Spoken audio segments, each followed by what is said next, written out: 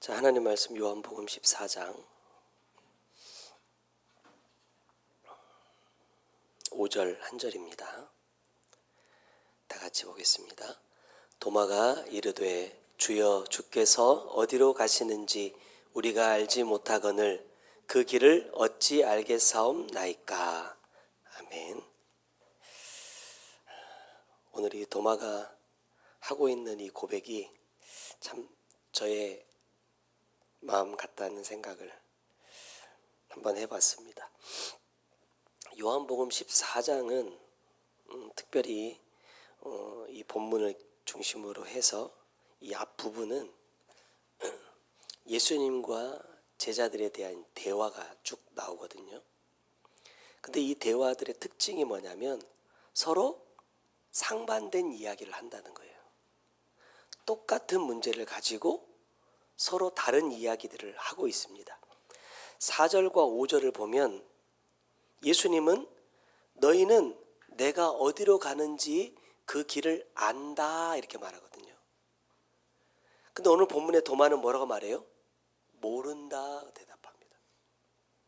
또 7절과 8절을 보면 예수님은 너희가 아버지를 보았다 라고 말씀하고 있는데 빌립은 뭐라고 말해요? 아버지를 보여주세요 라고 말하고 있다는 거예요. 누구의 말이 맞는 겁니까? 물론 예수님이 하시는 말씀이 맞습니다. 근데 문제는 뭐냐면 왜 도마나 빌립뿐만 아니라 다른 제자들도 같은 생각이었겠죠? 왜 그들은 예수님이 어디로 가시는지 또 내가 어떤 길로 가야 되는지를 모른다라고 말하고 있느냐는 거예요. 예수님은 분명히 아버지를 보여주셨다라고 하시는데 왜 제자들은 아버지를 보여달라라고 말하고 있느냐는 거예요. 지금 예수님과 제자들이 아주 오랜 기간 동안 떨어져 있다 만난 게 아니잖아요. 요한복음의 시간으로 따져보면 이 14장은 예수님의 사역의 이제 종반부입니다. 맞춰가는 이제 타이밍이거든요. 그렇다고 한다면 최소한 제자들은 예수님과 3년 이상을 동거동락했습니다. 함께 자고 함께 먹고 함께 마시고 함께 다녔어요. 예수님이 말씀하시는 이 말씀의 의미는 함께 했던 그 3년의 기간 동안 내가 너희들에게 이것을 충분히 가르쳐 주었다. 알게 했다. 내가 너희들에게 충분히 아버지를 보여주었다. 라고 말씀하시는 거라는 거예요. 근데 왜 제자들은 그 시간을 함께 했음에도 불구하고 또 예수님은 이미 다 알려주었다라고 말씀하고 계심에도 나는 모른다라고 말하고 있느냐는 거예요.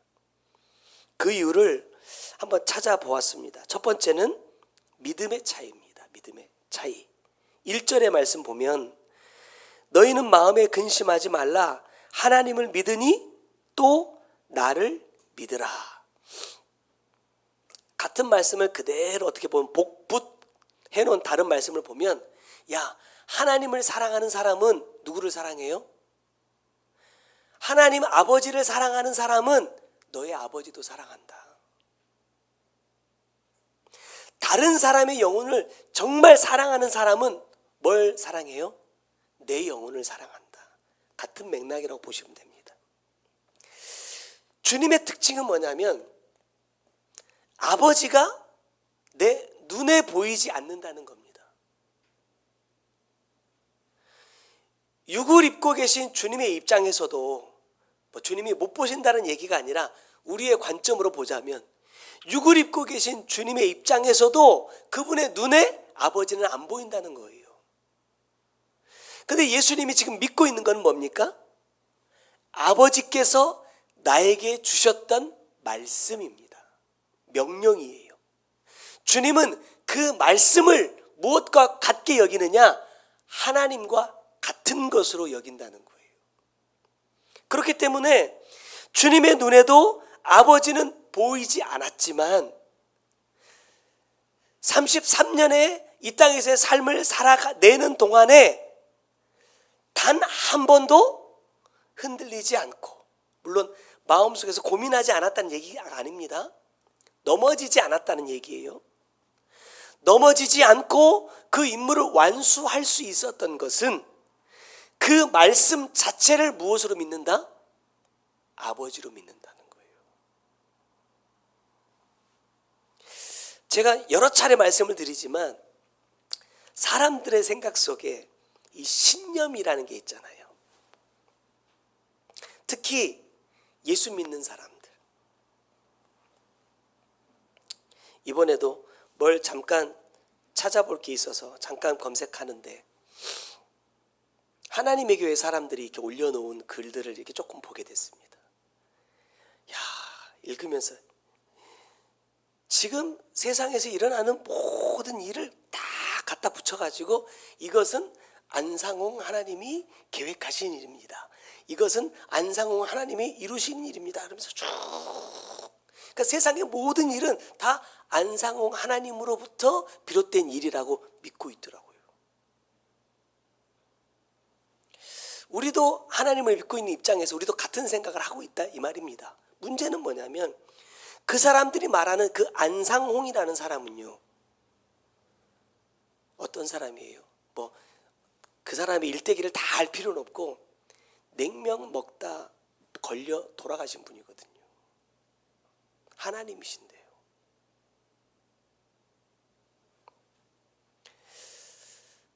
제가 그것을 쭉 읽어보면서 그렇게 느꼈어요. 야, 사람의 신념이라는 게 이렇게 무섭구나. 분명히 보여졌는데, 분명히 아니라고 나타났는데도 하나님이라는 거예요. 근데 하나님이 아니라는 것을 성경을 가지고 아무리 말해도 안 통해요. 제가 서울에서 사역할 때 저희 교회 맞은편에 하나님의 교회가 있었거든요. 맞은편에 이제 집에 가려고 버스를 타려고 딱 서 있는데 사람들이 딱 뭘 가지고 왔어요. 뭐 설문조사를 한대요. 그래서 신학생이래. 나도 신학생이거든요. 그래서 신학생인데 뭐가 필요하다고 그래서 딱 보니까 하나님의 교회야. 그래서 그날따라 왠지 이 사람들과 대화를 좀 깊이 나누고 싶은 마음이 들었어요. 그래서 한 28살 이때쯤이었을 것 같아요.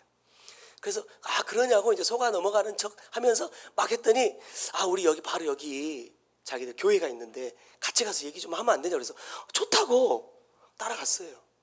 바로 앞에 우리 교회인데. 가서 이제 한참 이게 상을 펴놓고 막 얘기를 하는데 이 사람들 나를 설득을 못 시키는 거예요. 그러니까 다른 사람을 데려와. 자기보다 조금 더 높은 사람. 나중에 보니까 5명이 나를 둘러 앉아 있어. 그래서 5명하고 저하고 대화를 나누는 거예요. 그래서 막 이런저런 얘기를 해요. 그럼 이런저런 얘기를 하면 제가 성경을 딱 펴요. 그런 말 없는데요. 하나님 그렇게 말씀 안 하셨는데요. 그랬더니 그런 의미가 아니라는 거예요. 이걸 그대로만 보면 안 돼요. 그럼 하나님의 말씀을 그대로 보면 안 된다는 거예요. 그랬더니 잠시만요. 그래서 다른 사람들 불러. 그래가지고 이 사람들하고 집에 못 가고 한 3시간 정도 대화를 막 했어요. 그래서 제가 이제 대화가 안 끝나니까 제가 이렇게 결론 내렸어요. 제가 그분들한테 그랬어요. 아니, 여러분들이 아무리 여러분의 말을 해도 나를 설득시킬 수가 없다. 왜냐? 하나님의 말씀에 그렇게 말하지 않았지 않냐. 그런데 문제는 하나님의 말씀을 가지고 내가 여러분한테 말하는데도 여러분이 설득이 안 된다. 그럼 이 대화를 계속 해야 되느냐? 그때 의미가 없대요. 그럼 나를 보내달라. 안녕히 가시래요. 안 통해, 안 통해. 하나님의 말씀을 믿고 있어요. 근데 내가 믿고 싶은 것만 믿는 거예요. 안 통하더라. 예수님과 함께 3년 6개월을 다녔음에도 불구하고 다 가르쳐 주시고 직접 보여주시고 체험하게 해주셨음에도 불구하고 못 보더라는 거예요. 왜죠? 내가 보고 싶은 게 따로 있거든요. 내가 믿고 싶은 게 따로 있기 때문이라는 말씀입니다. 지난번에 우리가 나눴던 말씀처럼 예수님과 제자들이 한 배를 타고 갑니다. 막 바람이 불고 풍랑이 일어나가지고 막 파도가 배 안으로 막 넘쳐와요. 근데 예수님은 뭐 하고 있어요? 주무시고 계셨다 그래요. 아니 어떻게 그런 상황에서 아무리 둔한 사람이라도 배가 곧 뒤집혀서 죽게 생긴 그 상황에서 어떻게 잠을 잘 수 있냐 이 말이에요. 이게 무슨 뜻인가요? 오늘 이 본문의 말씀으로 이렇게 연결시켜 보자면 예수님은 이것은 내가 어떤 사람인지 제자들에게 가르쳐 주시기 위하여 버려놓은, 누가 버려놓은? 하나님께서 버려놓으신 환경이라는 것을 알았습니다. 믿었습니다. 그러니까 두려워하지 않아요. 그런데 이 환경이 왜 나에게 찾아왔는지 모르는 제자들의 입장에서는요, 죽을 꼽이거든요. 예수님이 깨어 일어나셔가지고 바람과 바다를 잔잔하게 하시니 제자들이 예수님을 누구라고 믿어요? 아, 당신이 말씀하시는 대로 진짜 하나님의 아들이 맞구나 라고 믿게 되었다라는 거예요. 왜? 그동안 수없이 많은 말씀을 주셨고 수없이 많은 기적들이 일어났음에도 불구하고 제자들의 마음속에 뭐가 없어요? 예수님이 하나님의 아들이라는 확신이 없다라는 거예요.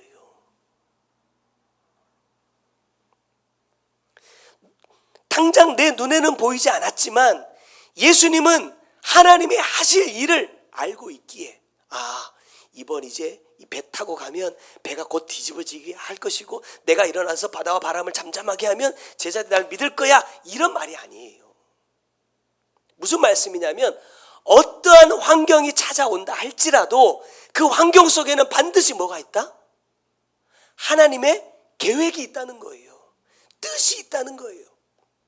어쩌면 왜 배가 지금 이렇게 뒤집어지려고 하는지 몰랐을 수도 있지만, 예수님은 아셨겠지만, 몰랐을 수도 있지만 그 안에는 반드시 하나님의 어떠한 계획이 있다라는 것을 예수님은 믿었다는 거예요. 그러니까 그 환경 속에서 예수님은 그 환경을 두려워하는 것이 아니라 뭐예요? 하나님의 뜻이 무엇인지를 묻는다는 겁니다. 그러니까 그것을 찾게 되고 알게 되고 행하게 되더라는 거예요. 우리가 요즘엔 좀 뜸하지만 정말 세상 표현으로 미친 듯이 정신없이 성회를 했던 적이 있잖아요. 수없이 말씀들을 쭉 이어주셨어요. 한 번도 말씀이 끊어진 적이 없어요. 그러면 그 말씀 속에 내가 함께 흘러가고 있으면서 그 순간순간 주셨던 말씀들이 과연 어떠한 나에게 비추기를 원하여 주신 말씀인지 나는 알고 있느냐는 거예요. 말씀은 폭포수처럼 막 흘러가고 있는데 나는 서서 감상만 하고 있어. 시원하다. 폭포 밑에는 음이온이 많이 나온대. 야, 마음껏 맞고 가자. 그냥 기분 좋아. 은혜 받고 그래 맞아 깨닫고 거기까지는 참 좋다 이 말입니다. 내가 말씀을 믿는 사람이라면, 내가 말씀을 받은 사람이라면 이 말씀은 반드시 어디로 가야 돼요? 내 삶으로 가야 된다는 거예요. 내 삶에서 함께 나와 어우러져서 내 삶의 열매가 되고, 나중에 말씀드리겠지만 내 믿음에 뭐가 돼야 되느냐? 세상 표현으로 하면 노하우가 되는 거예요. 이렇게 하니까 하나님께서 기뻐하시더라. 이렇게 하면 이건 하나님의 뜻이 아니야 라는 것을 깨달아가는 것이 내 삶을 통해서 이루어져야 되는데 얼마만큼 내가 그것을 이루고 있느냐라는 말씀입니다. 말씀을 준비하면서 주님께서 한 가지 옛날에 있었던 일들 하나를 깨닫게 해주셨어요. 제가 차가 없을 때 매주 교회에 이제 버스를 타고 다녔거든요. 전주에서 저기 정읍까지도 다니고 전주에서 광주로도 다니고 버스를 많이 타고 다녔어요. 버스를 타고 이제 가려고 이제 버스에 탔는데 어느 날은 이런 마음이 드는 거예요. 안 불안하냐? 안 불안하냐 이 말이에요. 버스를 탔는데 너는 저 운전하는 아저씨를 어떻게 믿느냐 이 말이에요. 여러분, 그래가지고 버스 탈 때마다 운전석 뒤에 앉아가지고 운전자 아저씨 운전 똑바로 하는지 막 쳐다보면서 아저씨 정신 차리세요 이렇게 해본 적 있어요? 저는 없어요. 왜? 저는 자면 그냥 바로 타면 바로 자는 스타일이거든요. 한 번도 그런 걱정 일랑 해본 적이 없어. 기차를 타도 또 하나님 은혜로 비행기도 많이 타봤는데 10시간 이상 비행기를 탔어도 야 오늘 조종사가 기장님이 컨디션이 괜찮은가? 이런 걱정을 한 번도 해본 적이 없습니다.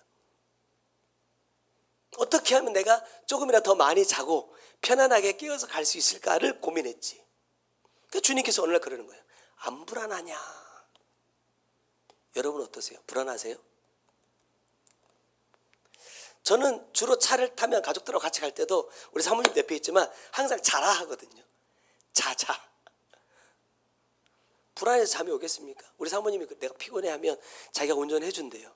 그래서 그래 운전해. 근데 옆에서 타고 갈게. 잠이 안 와요. 왜? 불안해. 왜? 나랑 운전 스타일이 너무 다르니까 브레이크를 밟아야 될 때 안 밟고 악셀을 밟아야 될 때 안 밟으면 내 몸이 내가 혼자 움직이는 거야. 나는 지금 여기서 멈춰야 돼. 해야 되는데 계속 가고 있어. 그럼 마음에 불안함이 오는 거예요. 그럼 잠이 더 확 깹니다.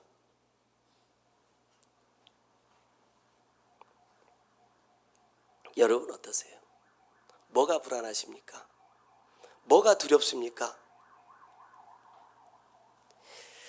여러분 제자들도 귀신을 쫓아내고 병자들을 고쳤어요. 그런데 말씀을 보면요, 제자들이 막 신이 나가지고 예수님께 와가지고 막 자랑합니다.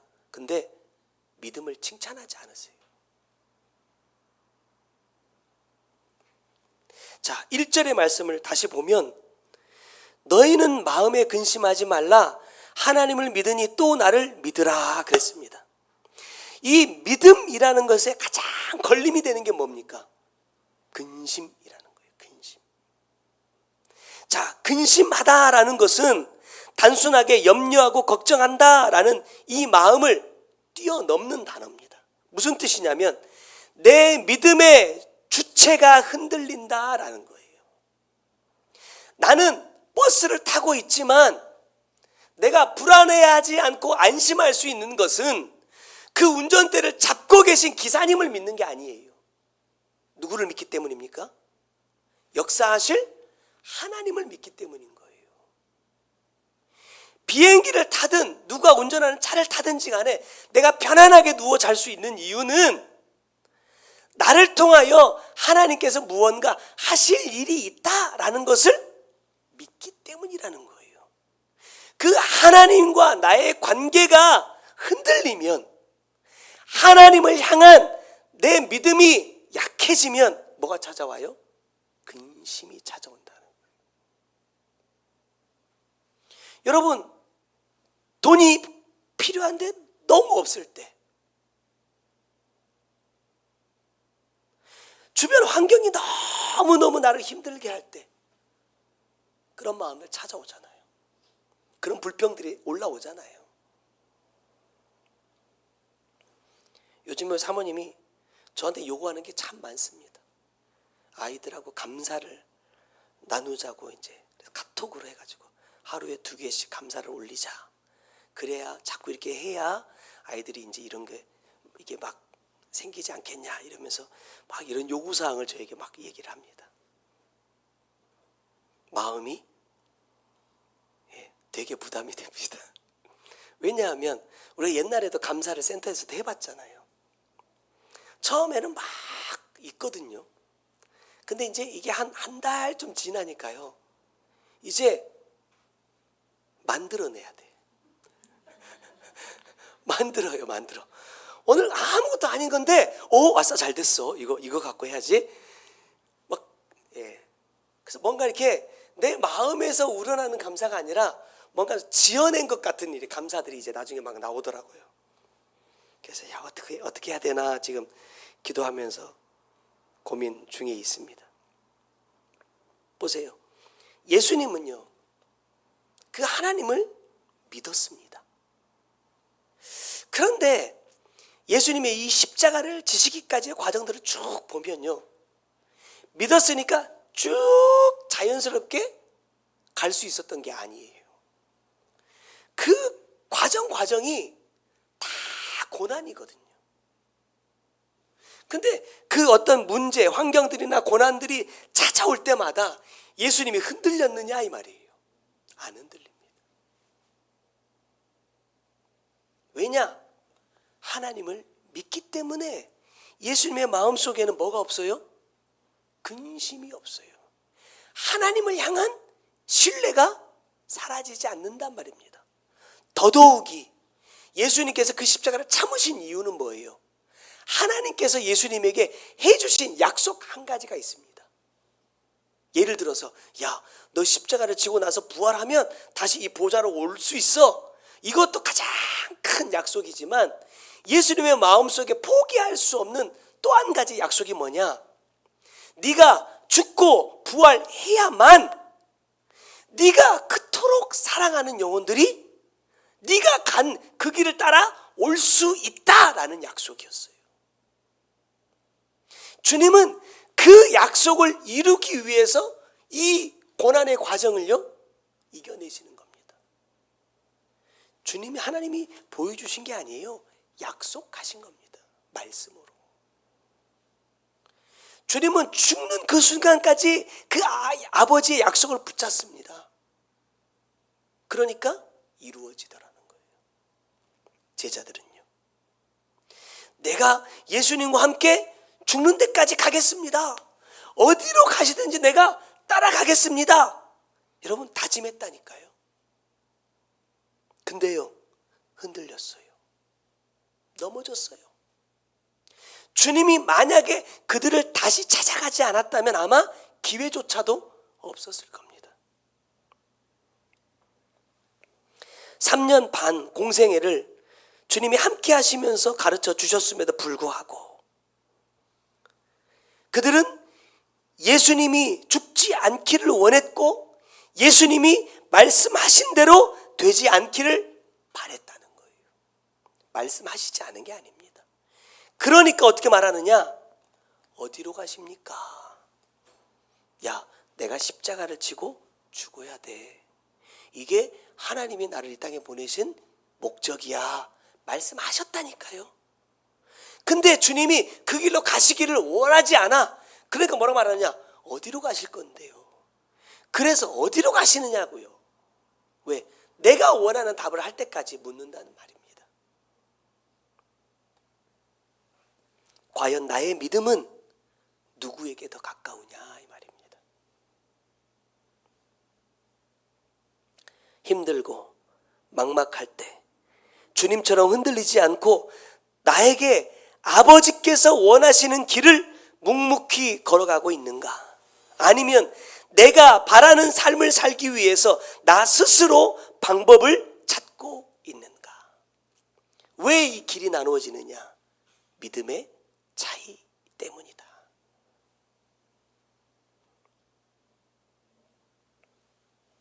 이번 성회를 통해서 제 자신 한번 돌아보는 시간이 됐습니다. 이제 거진 10년이에요. 10년 동안 이 회개와 천국복음과 함께 막 정신없이 여기까지 달려왔어요. 과연 나는 무엇으로 함께 했느냐? 몸은 분명히 함께 했거든요. 몸은. 근데 내 마음과 생각은 말씀과 함께 여기까지 왔다라고 말하기가 너무나 부끄럽더라. 그러면서 한 가지 깨달으며 고백했습니다. 왜 하나님의 뜻이 더디 이루어지느냐? 그 이유는 내가 하나님의 뜻을 받들 믿음의 그릇이 아직 완성되지 않았기 때문이다. 이번 성회를 통해서 주신 귀한 말씀들도 여러분 되새겨 보시고 또 오늘 주시는 이 말씀을 통해서 우리가 믿음을 회복하는 시간이 되었으면 좋겠습니다. 그래서 예수님과 제자들의 믿음이 차이가 나는 것처럼 그런 삶을 살지 말고 예수님의 믿음에 점점 더 가까워지는 그런 믿음의 사람들이 되기를 바랍니다. 자, 두 번째는요, 행함의 차이입니다. 11절에 보니까 예수님이 이렇게 말씀하십니다. 내가 아버지 안에 거하고 아버지께서 내 안에 계심을 믿으라. 그렇지 못하겠거든 행하는 그 일로 말미암아 나를 믿으라 말씀하십니다. 주님은 어떻게 흔들림 없이 아버지의 뜻을 다 이룰 수 있었느냐?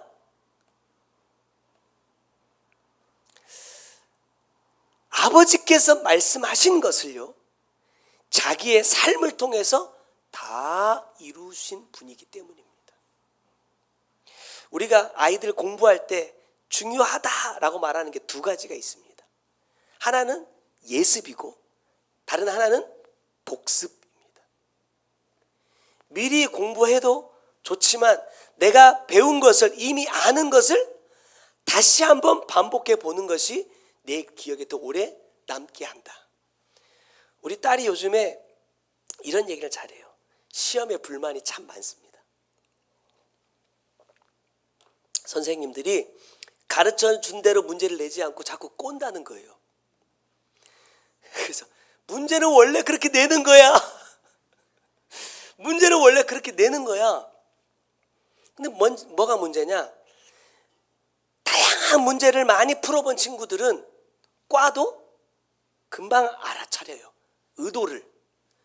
그런데 다양하게 풀어보지 않은 친구들은 조금만 꽈놓으면요, 무슨 말이야? 나 학교에서 안 배웠는데, 선생님 이렇게 말 안 했는데 이렇게 된다. 그래서 제가 우리 딸한테 이렇게 얘기했어요. 딸, 미안하지만 문제를 많이 풀어야 돼. 막 내가 뭐 나와 있는 거 막 지문 외우고 막 한다고 이게 되는 게 아니라 똑같이 안 나와. 꼰단 말이야. 그러면 다른 훌륭한 선생님들은 이 문제를 어떻게 꼬는지 내가 다양하게 문제를 풀어보면 금방 적응할 수 있어. 내가 이렇게 말을 해줬어요. 말할 자격이 있는지는 잘 모르겠습니다만은. 자, 왜 모든 것을 이루실 수 있느냐? 되고 안 되고는 그 다음의 문제예요. 중요한 건 뭐냐면 해보려고 했느냐라는 거예요. 해보려고 했느냐. 아까도 잠깐 말씀드렸지만 여러분, 이 노하우라는 게요, 평상시에는 뭐 별로 대단한 것처럼 안 느껴지거든요. 근데 어떤 상황이 되면요, 이 노하우를 가진 사람들이 굉장히 대단하게 느껴질 때가 있어요. 제가 센터에서 여러 가지 잡다한 기술들을 이렇게 익히다 보니까 어느 날 저희 집에 아이들 방에서 이상한 냄새가 나는 거예요.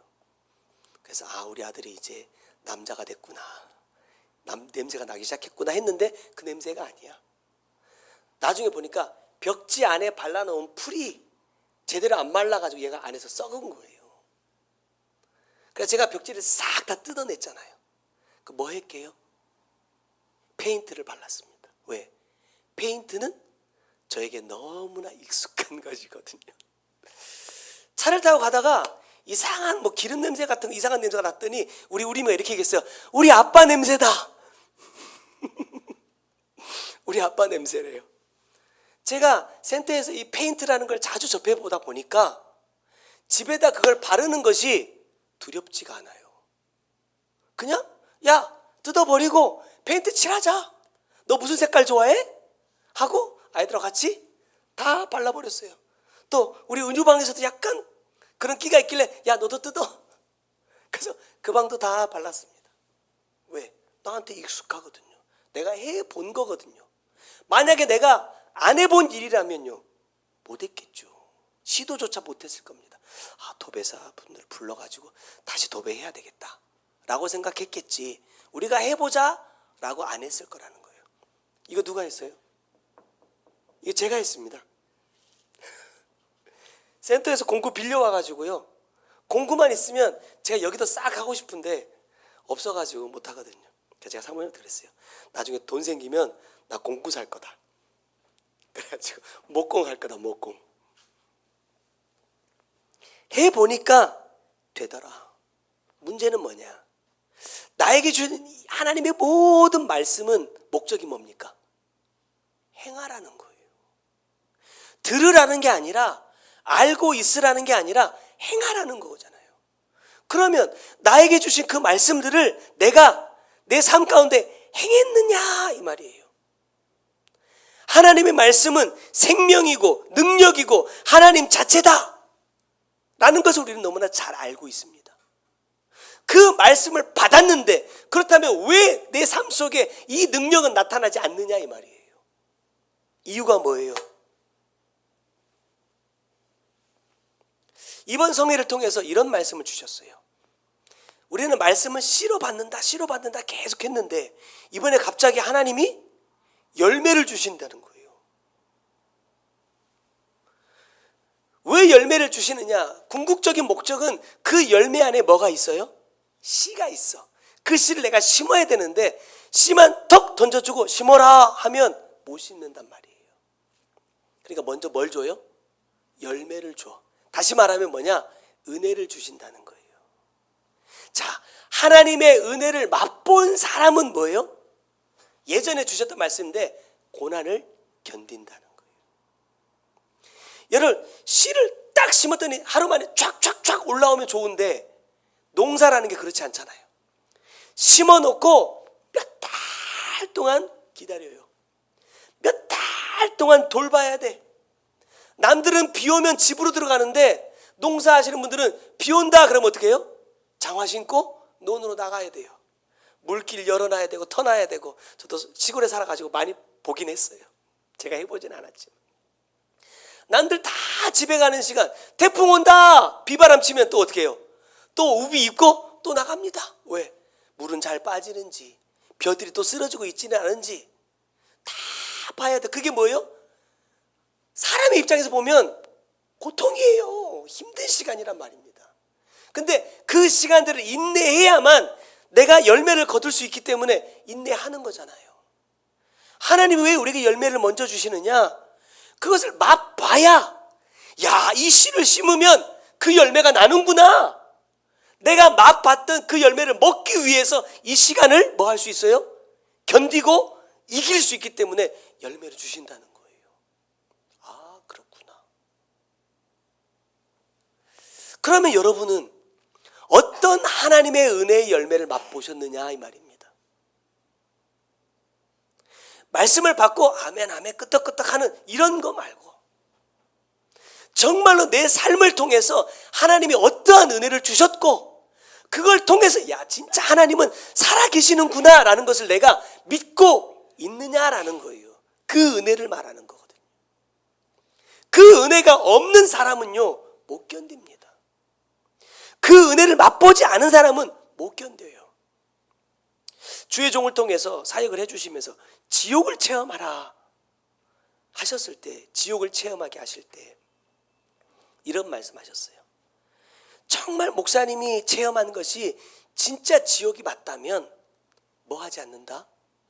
죄 짓지 않을 겁니다. 왜? 그 고통을 정말로 체험한 사람이라면 거기 가기를 두려워한다는 거예요. 그래서 어떻게든 내가 지옥 가지 않기 위해서 아마 몸부림치게 될 겁니다 라고 말씀하셨어요.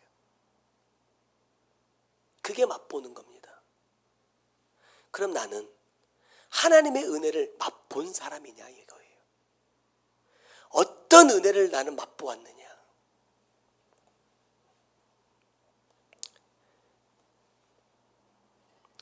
이번 성회 때 저한테 이렇게 말씀하셨어요.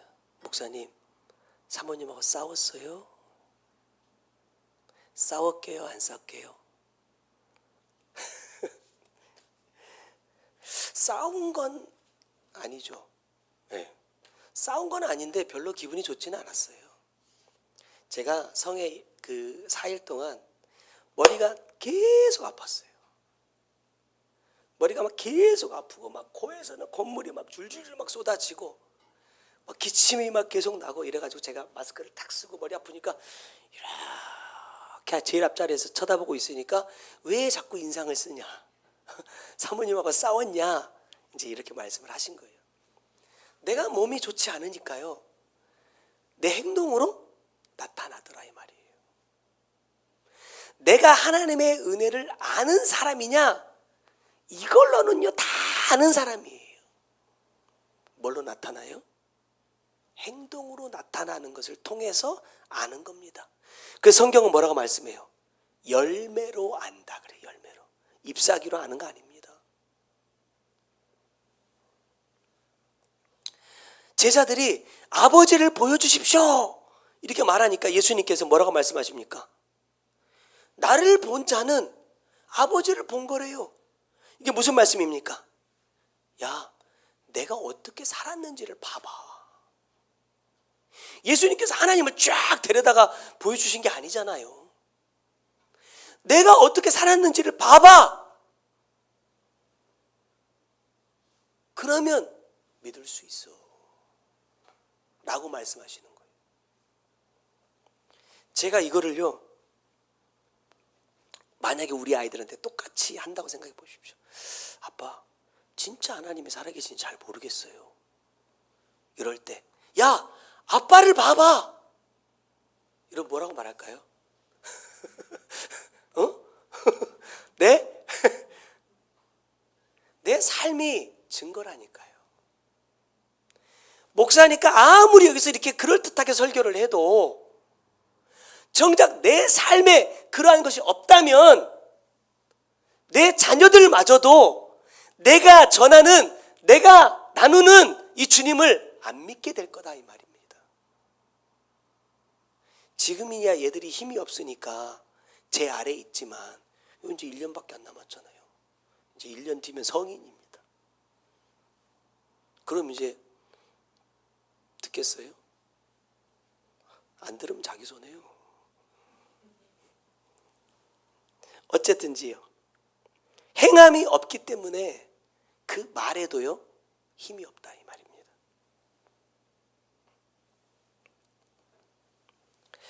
로마서 15장 18절 19절 말씀 보니까 그리스도께서 이방인들을 순종하게 하기 위하여 나를 통하여 역사하신 것 외에는 내가 감히 말하지 아니하노라. 그 뒤 보세요. 그 일은 말과 뭐로요?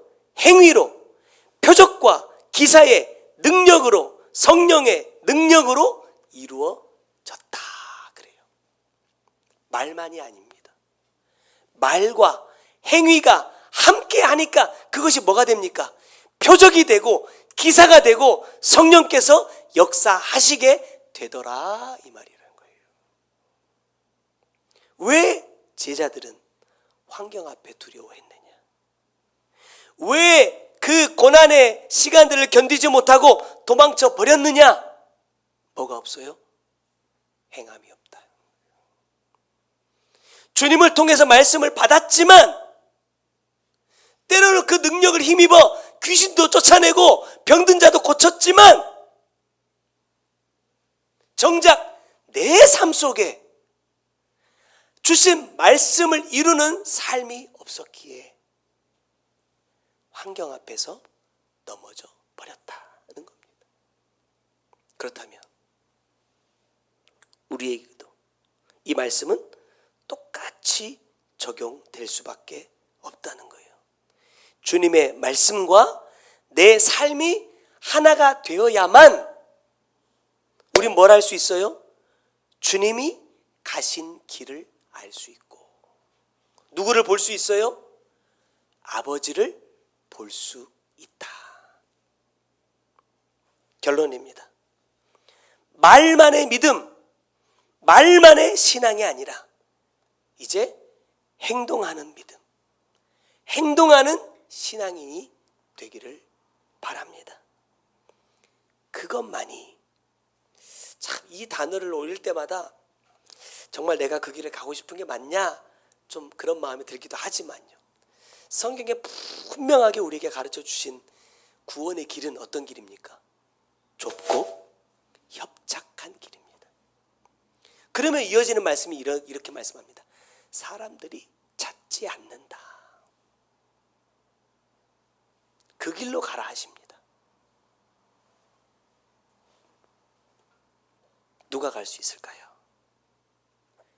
그 길 끝에 나의 주님이 나를 기다리고 있다라는 것을 믿는 사람만 갈 수 있습니다. 그 믿음이 흔들리지 않는 사람만 끝까지 갈 수 있습니다. 그 사람이 저와 여러분이 꼭 되시기를 주님의 이름으로 부탁드립니다. 기도하겠습니다. 사랑하는 주님, 감사합니다. 오늘도 귀한 말씀 우리 가운데 주시며 내가 어떤 길로 가야 되는지, 어떠한 믿음으로, 어떠한 신앙으로 끝까지 주님과 동행할 수 있는지 가르쳐 주시니 감사합니다. 믿음이 없으면, 행함이 없으면 주님이 가신 길을 알 수 없고 아버지를 볼 수 없다 말씀하셨으니 이제 우리에게 그 믿음을 주시고 하나님 그 믿음을 바탕으로 우리의 삶 가운데 말씀과 함께 행하는 행함이 나타나게 하여 주셔서 주님이 어디로 가든지 진실로 내가 그 주님을 따라 행하는 삶이 될 수 있도록 은혜 베풀어 주시옵소서. 귀한 예물도 주님 앞에 올려드립니다. 주님 받으시고 온전하신 주님의 뜻 이루어지는 복된 예물 되게 하여 주옵소서. 지금은 우리 구주 예수 그리스도의 은혜와 아버지 하나님의 크고 놀라우신 사랑과 성령님의 감화감동하시고 역사하시며 보호하시는 귀한 은혜가 오늘도 주님만이 생명의 길인 것을, 주님을 보는 자만이 끝까지 이겨내는 자가 될 수 있음을 믿고 그 길로 행하기 원하는 주의 사랑하는 성도들 머리 위에, 그들의 가정과 삶의 모든 터전 위에 이제로부터 영원토록 함께 계실지어다. 아멘. 나의 사랑하네 사랑아, 너 어디에 있느냐. 내가 앉은 그곳은 하나님 말씀 버린 곳. 나를 떠나서 멀어진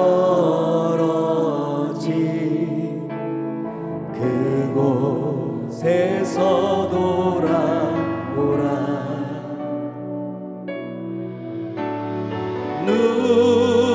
눈물로 너를 찾고